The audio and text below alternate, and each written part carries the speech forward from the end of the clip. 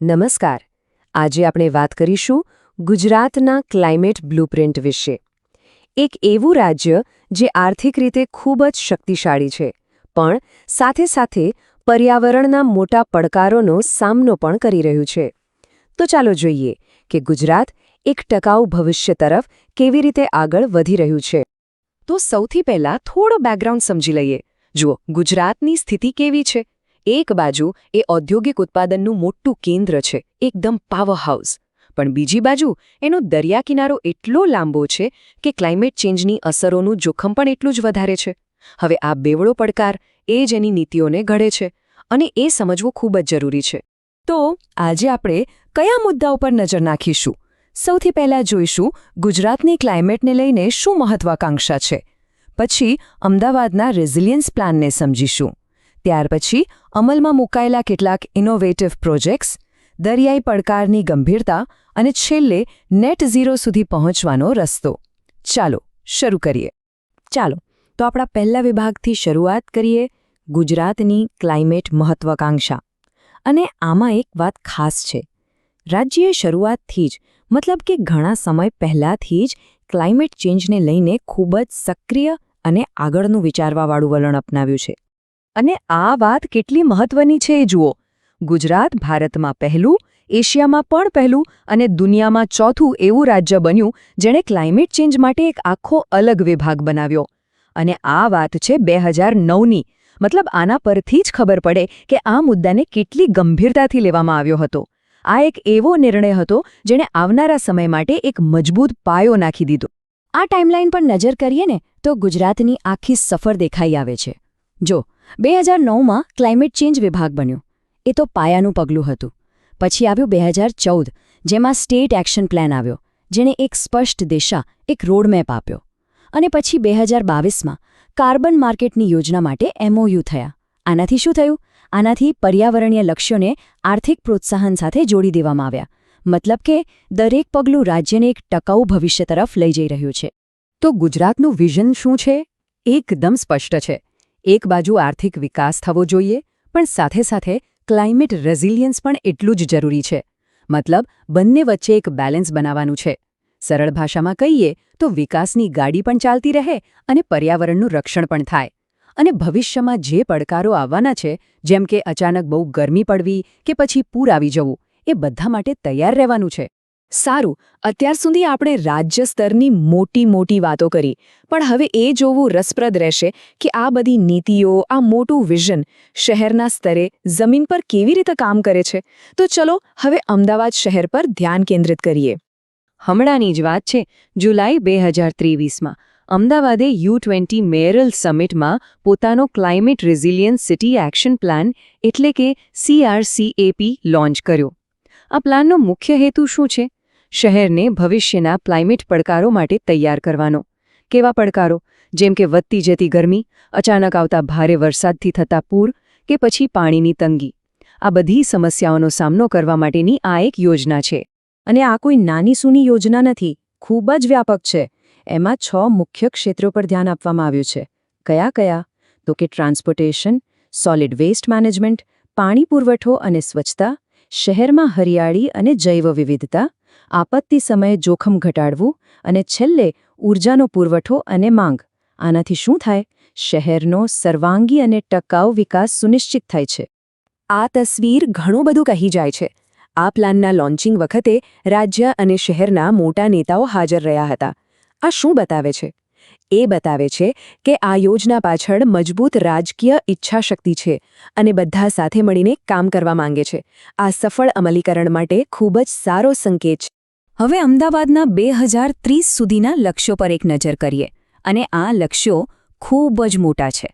જેમ કે પુનઃપ્રાપ્ય ઊર્જાનો હિસ્સો 50% સુધી લઈ જવો, ઊર્જાનો વપરાશ 30% ઘટાડવો અને જાહેર પરિવહનનો હિસ્સો 60% કરવો. જરા વિચારો, શહેરના અડધાથી વધુ લોકો બસ કે મેટ્રો વાપરતા હોય. આ ખાલી આંકડા નથી, આ એક સ્વચ્છ અને હરિયાળા અમદાવાદ તરફના નક્કર પગલાં છે. સારું, તો નીતિઓ અને પ્લાનિંગની વાત તો થઈ ગઈ, પણ હવે એવા કેટલાક અદ્ભુત પ્રોજેક્ટ્સ જોઈએ જે આ બધી વાતોને હકીકતમાં બદલી રહ્યા છે. ખરેખર ગ્રાઉન્ડ બ્રેકિંગ કામ. પણ સવાલ એ છે કે જમીન પર વાસ્તવમાં આ ઇનોવેશન દેખાય છે કેવું? ચાલો આને સમજવા માટે સીધા ગિફ્ટ સિટી જઈએ. ગિફ્ટ સિટી એક એવું ઉદાહરણ છે જ્યાં ટેકનોલોજી અને ટકાઉપણું એક સાથે જોવા મળે છે. ગિફ્ટ સિટીની આ ઓટોમેટેડ વેસ્ટ સિસ્ટમ જુઓ. પહેલું, કચરાને અલગ કરીને સીધો પાઇપમાં નાખી દેવાનો. પછી એ ભૂગર્ભ વેક્યુમ પાઇપમાં 90 કિલોમીટર પ્રતિ કલાકની સ્પીડથી જાય છે. સીધો પહોંચે છે સેન્ટ્રલ પ્રોસેસિંગ ફેસિલિટીમાં અને ત્યાં એમાંથી કાં તો ખાતર બને છે અથવા તો વેસ્ટ ટુ એનર્જી પ્લાન્ટમાં વપરાય છે. આ તો ખરેખર ભવિષ્યની ટેકનોલોજી છે જે કચરાના વ્યવસ્થાપનને એકદમ બદલી રહી છે.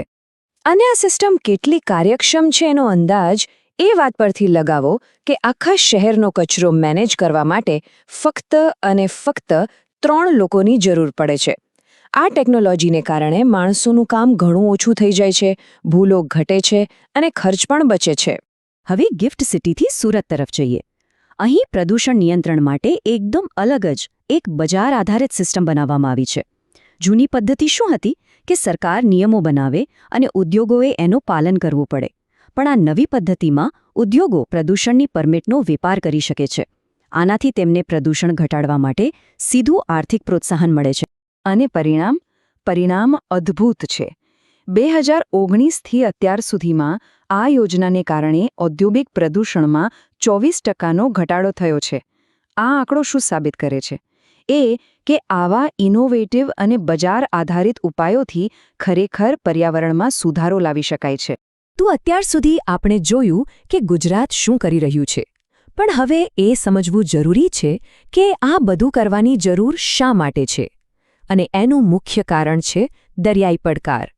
ગુજરાતનો જે લાંબો દરિયાકિનારો છે એ જ તેને ક્લાઇમેટ ચેન્જની અસરો સામે ખૂબ જ સંવેદનશીલ બનાવે છે. આપણી સામે જે ચિત્રો છે એ સ્પષ્ટપણે દર્શાવે છે ભારતનો સૌથી લાંબો દરિયાકિનારો લગભગ 1663 કિલોમીટર ગુજરાત પાસે છે. આ જ કારણ છે કે દરિયાની સપાટી વધવાનું જોખમ અહીં સૌથી વધુ છે. અને આ માત્ર પર્યાવરણનો મુદ્દો નથી. આ રાજ્યની અર્થવ્યવસ્થા, સુરક્ષા અને લાખો લોકોના જીવન સાથે જોડાયેલો એક મોટો ખતરો છે. તો આ દરિયાની સપાટીમાં વધારો એટલે કે સી લેવલ રાઇઝ SLR છે શું? સરળ શબ્દોમાં, જેમ જેમ દુનિયાનું તાપમાન વધે છે તેમ દરિયાનું પાણી ગરમ થઈને ફેલાય છે અને ગ્લેશિયરનો બરફ પીગળે છે. આ બધું પાણી દરિયામાં ભળતા તેની સપાટી ઊંચી આવે છે. અને ગુજરાતના દરિયાકાંઠા માટે આ એક ખૂબ જ ગંભીર ખતરો છે. અને એની અસરો કેવી હોઈ શકે? ખૂબ જ ગંભીર. નીચાણવાળા વિસ્તારોમાં પાણી ભરાઈ શકે છે. ખેતીની જમીનમાં ખારું પાણી ઘૂસી શકે છે. જમીનનું ધોવાણ થઈ શકે છે. બંદરો અને રસ્તાઓ જેવા ઇન્ફ્રાસ્ટ્રક્ચરને નુકસાન થઈ શકે છે. અને દરિયાઈ જીવસૃષ્ટિ અને પર્યટન પર તો ખતરો છે જ. આ કોઈ દૂરના ભવિષ્યની વાત નથી. આ વર્તમાનનો પડકાર છે. તો આ બધા પડકારોને ધ્યાનમાં રાખીને હવે અંતે આપણે ગુજરાતના નેટ ઝીરો સુધી પહોંચવાના રસ્તા પર નજર કરીએ. એક ટકાઉ ભવિષ્ય તરફની આ લાંબી યાત્રા. આખી યાત્રાને આ ટાઈમલાઈનમાં સરસ રીતે બતાવવામાં આવી છે. 2014માં સ્ટેટ એક્શન પ્લાનથી પાયો નંખાયો. 2022માં કાર્બન માર્કેટ માટે MOU થયા. 2023માં અમદાવાદે પોતાનો રેઝિલિયન્સ પ્લાન શરૂ કર્યો. અને આ બધા પગલાં આપણને ક્યાં લઈ જાય છે? 2070ના લક્ષ્યાંક તરફ. નેટ ઝીરો ઉત્સર્જન હાંસલ કરવાનો લક્ષ્યાંક, જે ભારતના રાષ્ટ્રીય લક્ષ્ય સાથે પણ જોડાયેલો છે. આ એક લાંબા ગાળાની, સુસંગત અને પ્રતિબદ્ધ યાત્રા છે. તો અંતે એક મોટો સવાલ ઊભો થાય છે. ગુજરાત એક તરફ વૈશ્વિક આર્થિક કેન્દ્ર છે અને બીજી તરફ ક્લાઇમેટ ચેન્જના મોરચે લડી રહ્યું છે. તો શું ગુજરાતનો આ બહુસ્તરીય અભિગમ, જ્યાં રાજ્ય, શહેર અને ઉદ્યોગો સાથે મળીને કામ કરે છે, એ દુનિયાના બીજા દેશો અને રાજ્યો માટે એક બ્લૂપ્રિન્ટ, એક ઉદાહરણ બની શકે છે? ચોક્કસપણે ગુજરાતના અનુભવોમાંથી શીખવા જેવું ઘણું છે.